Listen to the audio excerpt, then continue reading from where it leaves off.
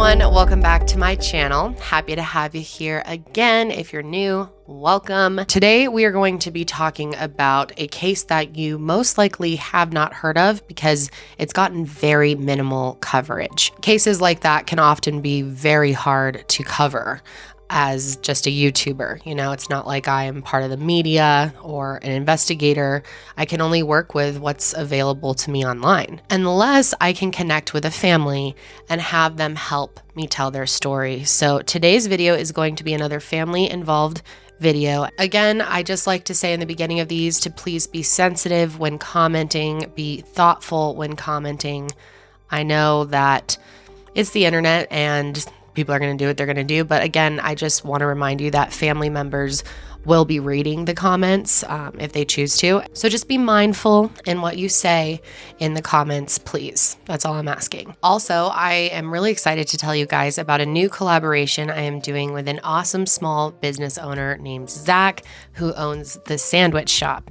And we are partnering up to raise additional funding for Her Justice. If you're not familiar with Her Justice, it's an awesome program that is helping tons of women in New York who are living in poverty and cannot afford legal services and are providing those services for free and so many other things. At Her Justice, we provide legal services to low-income women in crisis in the areas of family, matrimonial, and immigration law. Last year, Her Justice provided legal services to over 3,000 women and their over 4,000 children. Her Justice makes sure that our clients receive that access by connecting them with private attorneys from around the city so that our clients have access to the legal tools that give them safety, security, and self-sufficiency. I have been fundraising for Her Justice for the past year, and I want to thank everyone who's participated in that, whether that's been buying merch or buying through these small business collaborations. It's all so appreciated. I will link any other collaborations that are still active if you want to check them out if you've missed them in the past with other small business owners. But today I get to show you this beautiful collection of bracelets that me and Zach have been coming up with, working on. I mean, all credit to him, really. He's the creative. Wow, just dropped my iPad. That was nice. But he is the creative genius behind all of this.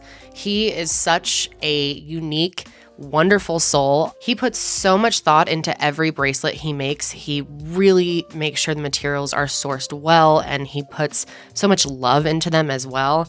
And that's why I wanted to do this collaboration with him. I have bought so many bracelets from Zach. I have so many crystal bracelets. I'm sure you guys have noticed. I wear them all the time, almost every day. So we came up with 5 bracelet designs that you can purchase, and for every bracelet you buy, 20% will be donated to Her Justice. First of all, we have the Her Justice bracelet, which I think is my favorite.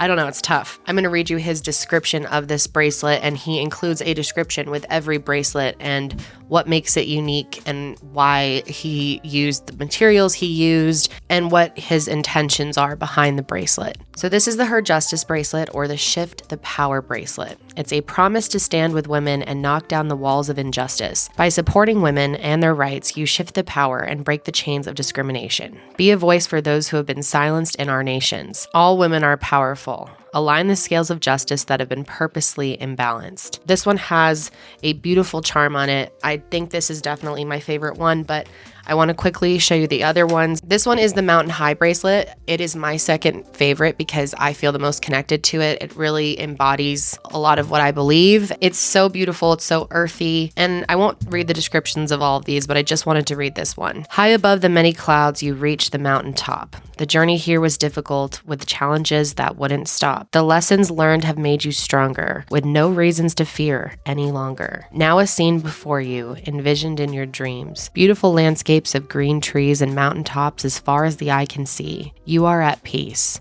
Enjoy this moment and hold on to it, for you can return here whenever you please. When feeling low, climb back up to your mountain high and overcome the obstacles holding you behind. I love this one. I love the meaning of it. I won't read all of the descriptions for each bracelet, but we do have a Universal Investigator bracelet, which is inspired by my podcast, Mile Higher. There's also a sun bracelet, which is inspired by my logo. And for my friends out there who love the cosmos, everything space, or maybe astrology, the star alignment bracelet might be a good fit for you. So you can check out this collaboration with Zach back from the sandwich shop at the link below, and 20% of your purchase on any of those bracelets will go to her justice. So this is Caitlyn Marie Denison. She was born on August 7th, 1998. She was known to be a loving, sweet girl who was always laughing, always finding the humor in anything. Her sister told me she was very happy and vibrant most of the time. Around strangers, she could kind of be a little more reserved, play things cool, but once you really got to know her, her really funny, outgoing, just outrageous side came out. She was adventurous, she was fun, she had a real spirit for life. Everyone who talked to her just immediately loved her. Caitlyn was my very best friend. I just got lucky enough to be related to her, so I was born having my soulmate already in the world, which was super cool. We were always just super goofy, super close with each other. I mean, it was always super duper strong bond. She was my person. Caitlyn and I were friends in high school more than we were in middle school, but Rachel and I were like best friends, so I knew Caitlyn pretty well. Caitlyn was an absolute light. She was so goofy. She was very outgoing. She loved anybody she met. She would take the shirt off of her back for you. Sweetest thing alive. So friendly, and just every time she walked into a room, she just lighted up. Just like the most friendly, outgoing, charismatic person that I've pretty much ever met in my life. Like, she immediately made you feel like she was your best friend. Yeah, she was always amazing with never making you feel left out. And she always wanted to make sure that nobody ever felt alone or out of place. And both of these girls are really young and really impressive for how young they are. They're really doing all the organizing and making efforts, following up with the police. They're doing everything for this case on their own. And I just think it's amazing. I mean, I feel like at their age, I don't know if I could do that. And they are very strong, especially Rachael. She really lost her best friend and her sister through all of this and just wants answers and wants to know where she is. Yeah, having to kind of do this by ourselves, for me, it's been miserable. To this day, I have panic attacks about Caitlyn, nightmares. Like, it's traumatizing, and it unfortunately, as time goes on, it doesn't get any easier. You kind of just learn how to cope, I guess. I know how difficult it is for Rachel and her family, and so like I've tried to kind of step up and take over that like burden of like promoting everything and getting in contact with people and like talking to people who message us, just trying really hard to share her story so that her family doesn't have to bear the burden of doing so. Now, growing up, Rachael and Caitlyn did not always have the easiest childhood. And regarding the detail about what exactly they went through, they just want to, keep their privacy when it comes to that, and I totally understand. But they did tell me that no matter what, the two of them were always there for each other. Rachael remembers feeling like it was them against the world. Their dad worked a lot, and their mother struggled with alcoholism, so the girls were often left to fend for themselves. And there are actually 3 children in their family. They also had a younger sibling named Nimbus. So Rachael is the middle child, and Caitlyn was the oldest.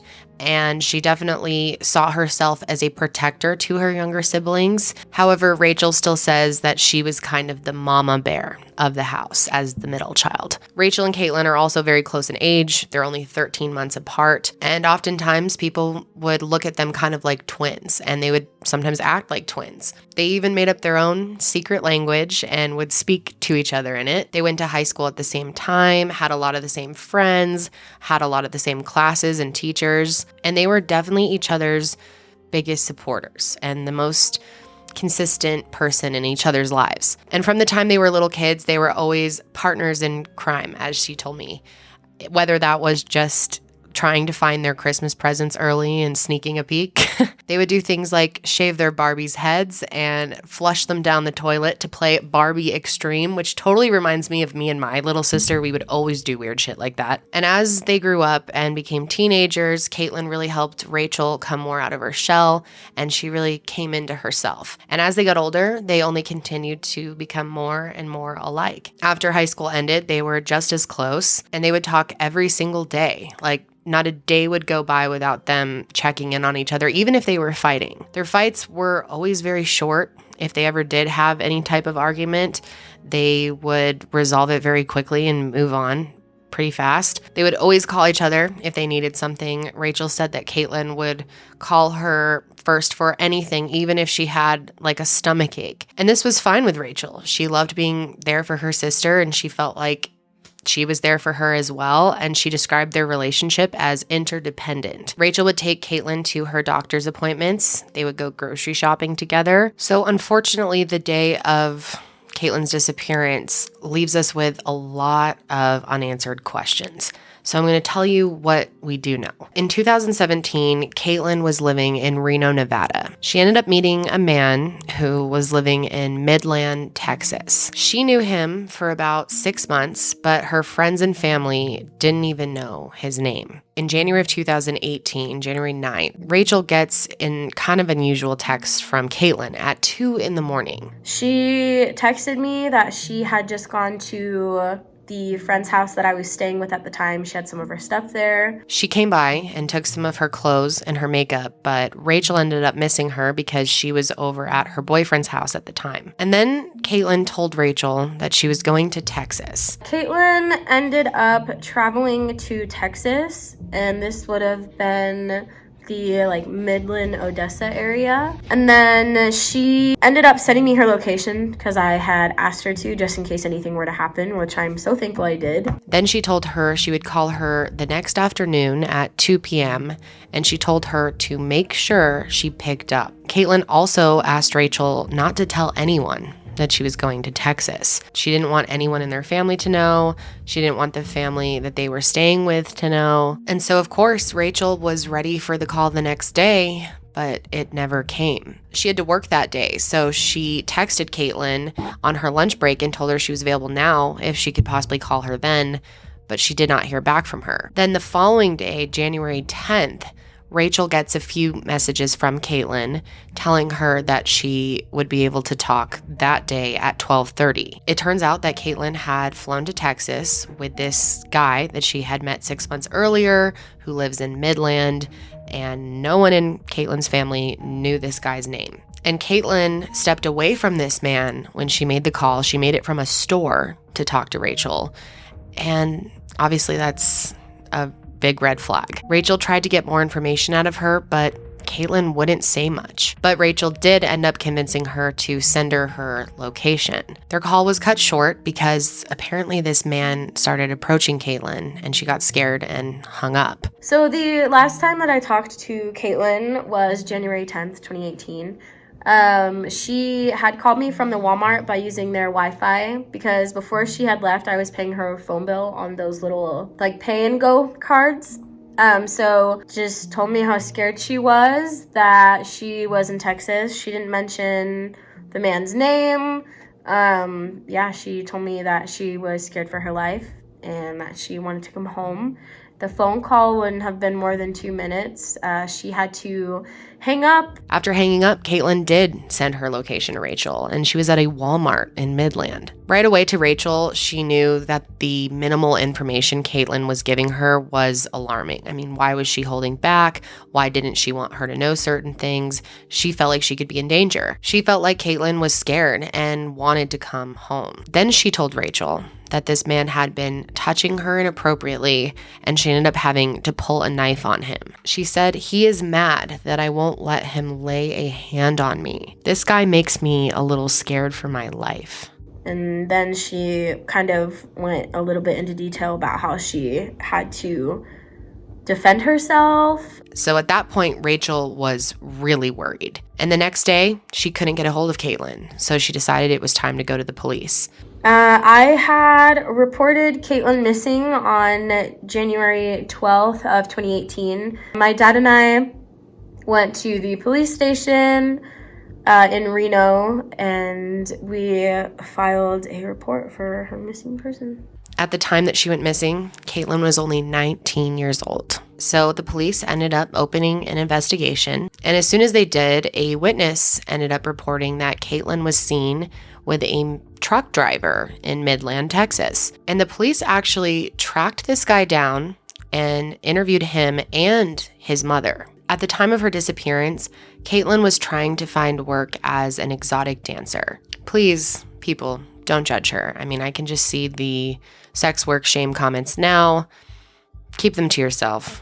No one wants to hear it. But this man ended up telling the police that Caitlyn was having trouble finding a job in Reno because she had several self-harm scars and she was having trouble getting hired by a club. So she was hoping that maybe she could find work in Texas, according to this guy. And I'm saying this guy because we still don't know his name. And he claimed that while he was asleep one night, Caitlyn just quietly got up, packed up all her things, and left. He said she didn't say a word, and he had never heard from her since, and he said he had no idea where she could possibly be. They also found out that when Caitlyn flew from Reno to Texas, she didn't have her ID, which I didn't know this, but I guess sometimes that does happen.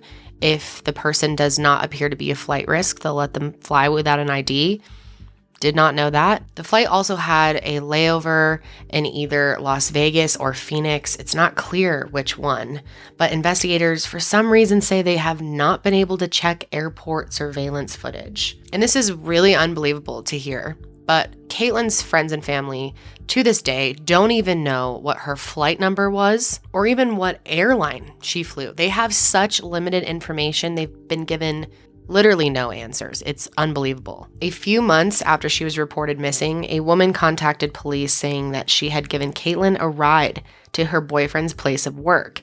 Investigators ended up saying that this was a verified sighting of Caitlyn. From the beginning, Rachael says her and her family have felt like they've been really left in the dark by investigators. When her sister first went missing, she felt totally confused and shocked and tried everything she could to do something to help, especially when she wasn't getting any answers and nothing to work with. So she started posting on social media. They've posted a lot to Twitter. They've tried to get as many eyes on her case as possible. They've tried to get pictures of Caitlyn out there, pictures of her tattoos out there.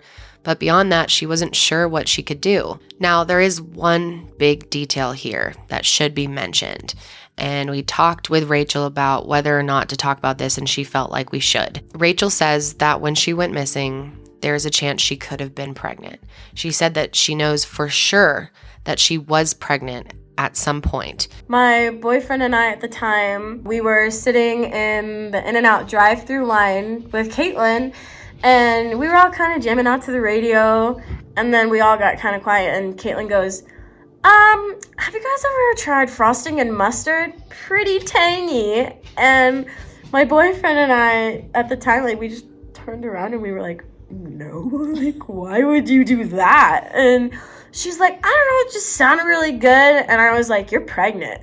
And she's all, no, I'm not, you're an idiot, I'm not pregnant. I'm like, nobody does that. If you do, I'm sorry. But, like, nobody that I know does that. I think it was a few days after that, maybe even the day after, she took a test, and lo and behold, I was right. And at the time, Caitlyn wasn't sure what to do. She was weighing all of her options, whether she wanted to go forward with the pregnancy and possibly do adoption. And Rachael isn't sure what Caitlyn's final decision was. But it is possible that she wasn't pregnant anymore because at the time that she went missing, Caitlyn was going through a really hard time mentally and she was drinking a lot. She had struggled with depression on and off for a very long time, and she started to self-harm again. So police ended up trying to talk to this truck driver, this unnamed guy in Midland, Texas. And when they went to his house to speak with him again, he was gone. And there's a big question mark here because the police will not even release the case file to Rachael or her family. They have given them absolutely nothing, no answers, nothing to work with. But as far as Rachael knows, they simply kind of crossed him off the list and didn't follow up beyond that once he wasn't able to be located at his address. Her family's been incredibly frustrated that they haven't followed up.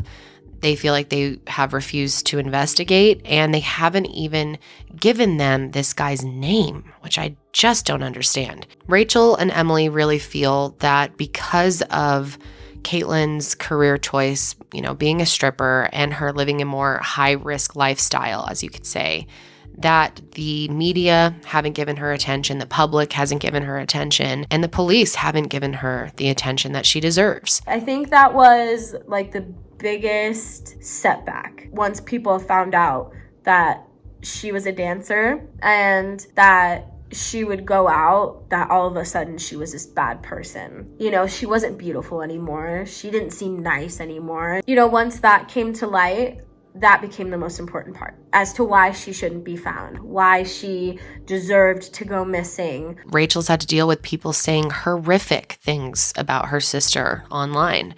And that's part of the internet. And we talked about that. She's well aware of that and says she's ready for it. She feels strong. But again, I always get nervous bringing these types of cases to my channel because it's YouTube and there's a lot of people here with a lot of opinions, and sometimes people just have zero empathy. People would just say nasty things, and that sucks that all of a sudden became the biggest concern. Yeah, and there's like such a negative view on people who like to drink and who like to smoke. It doesn't make her a bad person at all. Like she was an amazing person who just liked to have fun sometimes. So again, I appreciate everyone that leaves kind comments for these families because that's what they need most, is feeling support, especially when they haven't gotten that from the media, the police, or the public really at all.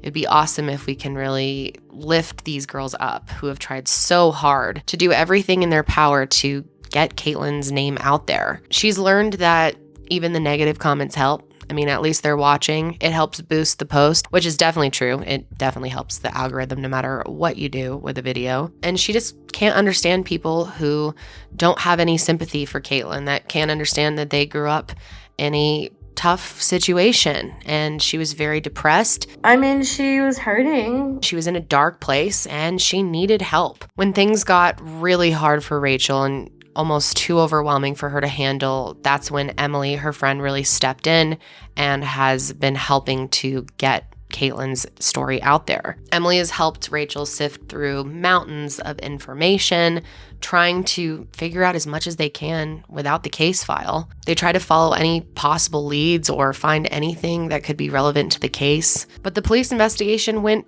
pretty much nowhere, and the media really didn't cover Caitlyn's case much from the beginning. There was one point where they did talk about her a bit because there was this incident that happened in August of 2018. I remember when this happened, actually, and seeing this go viral on Twitter. It's this really eerie footage from a Ring doorbell camera that was released to the public, and it showed a woman wearing a t-shirt and arm restraints. It's very scary. She was clearly panicked, had a look of desperation in her eyes, and she was just ringing doorbells in this neighborhood in Montgomery County, Texas, in the middle of the night. Now, this woman had the same build and bone structure as Caitlyn. Here's a side-by-side. So when Rachael first watched the footage, she actually thought it could be her sister. But the police ended up receiving calls from multiple people who thought the woman in the footage could be their loved one as well. So during this time, Caitlyn's case did get a little bit of coverage until the person was identified, and it was not Caitlyn. The woman in the footage actually had been held hostage by her boyfriend, 49-year-old Dennis Collins. Super scary situation. She managed to escape him, and shortly after, this guy shot himself in the chest with a handgun, and he ended up identifying her in the doorbell footage as his girlfriend in his suicide note. Luckily, that situation turned out okay. The woman is safe now, and Dennis is dead. Because she is a victim of sexual assault, her identity has not been released. Also around this time, and this is very unfortunate to have to report things like this, but someone started posing as Caitlyn Denison on TikTok. This person was just trolling, basically, going around to other videos commenting that Caitlyn wasn't dead, and Rachael and Emily reported the account and got it taken down. But things like this are just so emotionally exhausting to deal with, and when you feel like you're not getting any help and no information, you just feel stuck. Then Rachael told me that her sister's case did get some attention again when a TikTok creator covered her case. She actually made a 2-part series on it, and this would seem like a good thing. You know, awareness is always really helpful for families, but unfortunately they ended up being really disappointed with this because the creator ended up trying to make a connection between Caitlyn's disappearance and the murder of another family member of theirs, Rachel's cousin, who was murdered 10 years earlier. Her name was Brianna Denison. She was a 19-year-old college student studying psychology at the University of Nevada. On January 20th, 2008, she went with a friend to a party at the Sands Regency in Reno. And instead of going home that night, she decided to stay at a friend's house near the university. When her friend woke up the next morning, she found Brianna's bed empty and blood on her pillow. And Brianna was gone. She called police and there was a massive search for Brianna. Her case ended up being investigated as a kidnapping, but unfortunately on February 15th, 2008, her family was devastated to find out that her body was found hidden under some tree limbs in South Reno. An autopsy confirmed that she had been sexually assaulted and strangled to death. The case was then a murder investigation and the police made it a top priority. That November, investigators received an anonymous tip that a man named James Bila may have been involved in Brianna's murder. So he was brought in for questioning, but refused to provide a DNA sample. But luckily, his girlfriend at the time had no problem providing the police with his DNA. And of course, it was a match. And it turns out that he had abducted Brianna right out of her bed, sexually assaulted her, and then killed her and dumped her body. So this family has already been through a ton of trauma. And going back to that TikTok, she had speculated that maybe the two cases have something to do with each other because obviously it's rare for a family to have two separate murders in their family. So people have tried to say that they're connected and have come up with their own bizarre theories about how this would make sense, which it just doesn't make any sense at all, no matter how you slice it. So Rachael just really wants to use this video to put a rest to those rumors. Caitlyn and Brianna's case is not in relation to each other at all. It just happened to be that they went missing 10 years apart, pretty much to the day. But, Brianna's murderer, he's in jail. And, none of his family had a vengeance on our family. Like, it was never like that. Because somebody, I can't remember who, they had created this entire conspiracy theory and it took off, especially on Twitter. It had like 10,000 plus retweets about it and everybody believed the conspiracy theory, even some people that I hadn't talked to in years, they're like, oh, well, what about the possibility of this? Like, what if his family was stalking your family and to get revenge? Like, it's not like that. Yeah. It's just an awful coincidence. It's not helpful to them. It's hurtful. It distracts from Caitlyn's case. And at the end of the day, her cousin Brianna was brutally murdered by a man who now sits on death row. So they got justice for her and they want to now focus on getting justice for Caitlyn. So they feel that bringing up Brianna's case every time Caitlyn is talked about is kind of distracting people from Caitlyn's story because the way both of those cases were handled was completely different. So to this day, Rachael is still trying to get answers from police about her sister's case. She wants to know what happened to some of Caitlyn's things, like her clothes, the bag that she always carried with her, and her phone. She wants to know who this guy was that Caitlyn was staying with, that police have confirmed she was staying with, and she obviously wants to know if the police know where he is now. They believe that he should at the very least be considered a person of interest in her case since he was the last one to see her. Also, Caitlyn was saying she was afraid of him. I mean, remember that phone call? Clearly, she was worried about her safety. She wants them to push harder to find answers. She feels at this point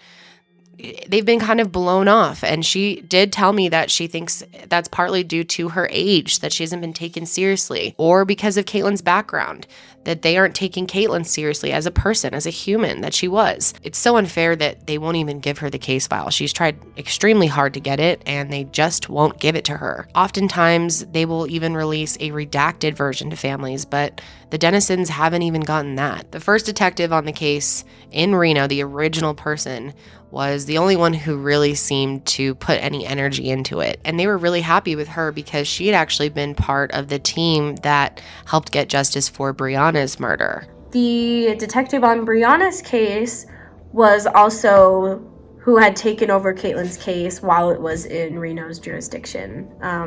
She was very responsive and diligent on, what happened, the details of Caitlyn, what I knew, what I didn't know, like who she had been around. So it was very proactive while it was in Reno, for sure. Once Texas PD took over, I was left a little bit in the dark. I don't know when they took over Caitlyn's case. I didn't know that they had taken over the case until probably maybe a couple months later. But I guess that's how it changed, in the sense that I was kind of not as informed as I was when it was in Reno. And I mean, obviously I'm not in Texas, so I can't, just walk down to the station and ask them what's going on. It's a little bit more difficult in that sense. Rachael is never contacted by detectives at this point. The case has been handed off to new people, and even when someone new is brought in on the case, they don't even connect with her, touch base with her, nothing. They never even contact their family to introduce themselves. She has always had to be the one to call, to reach out, to pry for answers and figure out what is going on. Online rumors, speculation, and trolls have just been a constant issue for them. People just shaming their family, shaming Caitlyn. And that's really hard to go through. I mean, they definitely have built up a tough skin, but it gets to you. People also started calling police as a way to troll and give false information, and that's obviously been very frustrating to deal with as well. People are constantly sending them pictures of people that they think look like Caitlyn, and oftentimes Rachael and Emily say that these sightings look nothing like Caitlyn, and it just hurts them all over again. But they understand people are just trying to help, and they want that, but it's such a tough situation. In 2020, Rachael found out that the case ended up getting taken over by a new Texas Ranger named Jeremy Cater, who is young and enthusiastic, so she's really hopeful that maybe they'll start to see some real movement in the case. But for now, Rachael and Emily are fighting as hard as they can to raise awareness and keep Caitlyn's name out there. They have started a GoFundMe because they are trying to hire a private investigator. I am going to go ahead and meet their goal of $5,000 to start them off. And if you would like to help her family to get that private investigator, you can always make a donation to the GoFundMe as well. And we also were thinking to use the GoFundMe to get plane tickets to fly down to Texas and see if we can speak with the detective in person. We would like to get like a billboard just to put her face out there. Now, like I said earlier, the rest of the family isn't really involved in the case. And these two girls, Rachael and Emily, have been doing this all on their own. Rachael is only 22 years old. It's very impressive what she's been able to do and handle, considering all the trauma that she's been through. She went from talking to her sister every day, having her as her best friend, to never seeing her again and not having any answers as to where she is. That's just so much to take on at a young age. I mean, I really can't imagine. The last time that I was updated about Caitlyn's case from Texas PD was probably closer to earlier this year. They couldn't tell me much just because it is still an open investigation, even though it is a cold case. So what I am telling everybody now is what I know. Her family believes that Caitlyn deserves more than to be put on a back burner. Like I said, she feels that maybe the case isn't being taken as seriously because she herself is so young, that maybe investigators aren't taking her seriously enough. She wants to fight for a seat at the table. She wants to be a voice for Caitlyn. And I'm hoping if this video makes it to the right people that they can make that happen. I mean, that's the least you can do, is listen to her, sit with her, give them the updates and the information that they deserve. Rachael and Emily have continued to post on social media using the hashtags Bring Caitlyn Home and hashtag Get Caitlyn Home. So if you would like to share about the case, it's always helpful, and using those hashtags kind of connects everything back together. Today, Caitlyn would be 23 years old.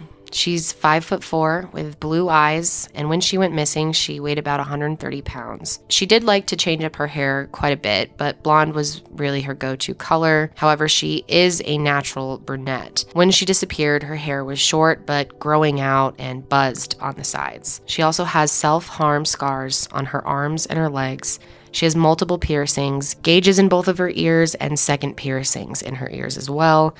and both nostrils, her tongue, her bottom lip, and she had a philtrum piercing, which is also known as the Medusa piercing, which is right above her lip, below the cartilage that separates the nostrils. She also has a beauty mark on her lower left lip, multiple tattoos, including the Eye of Horus on the inside of her wrist, Libra scales on her right forearm, a small alien head and a scripted letter M on her left ring finger, and a Leo zodiac sign on her right middle finger. She was last seen wearing a black shirt, leggings with kind of braiding down the side, black leggings, and furry boots. Oh, and she also had a fur vest. So if any of you happen to have any information that could lead to answers in this case, please get that information to the right people. Call the Texas Department of Public Safety, or DPS, at 512-424-5074 or 1-800-346-3243. Or you can call the Midland County Sheriff's Office at 432-688-4600. Rachel has also asked my viewers, who I know so many of you are so awesome and active true crime viewers who are willing to help in any way. So she was hoping that as many of you as possible could contact the police to respectfully request their cooperation in Caitlyn's investigation, to move her case up in their priority list, and to release her case file to her family. I will leave instructions in the description box on how to do that. All we ask is that we make her case viral. Pretty much just share as much as you can, donate what you can, and if you can't donate, just share the link. She was one of the very best things in my life. She was my very best friend. She always was working her butt off to reach whatever goal she had for herself. She was so loyal. She deserves to be found because my heart is broken. I am broken, and so is my family. But that is really all I have on this case. I wish there was more answers or information about this guy. I can't believe they don't even have his name. That's insane to me. I want to know what you guys think, of course, so leave me a comment and let me know your thoughts on this one. Don't forget about the new collaboration for Her Justice with the sandwich shop. Zachary, you are amazing. I love how these turned out. I'm obsessed. But that is going to be it for me today, guys. I hope you are all having a good week. Stay safe out there, and I will see you next time.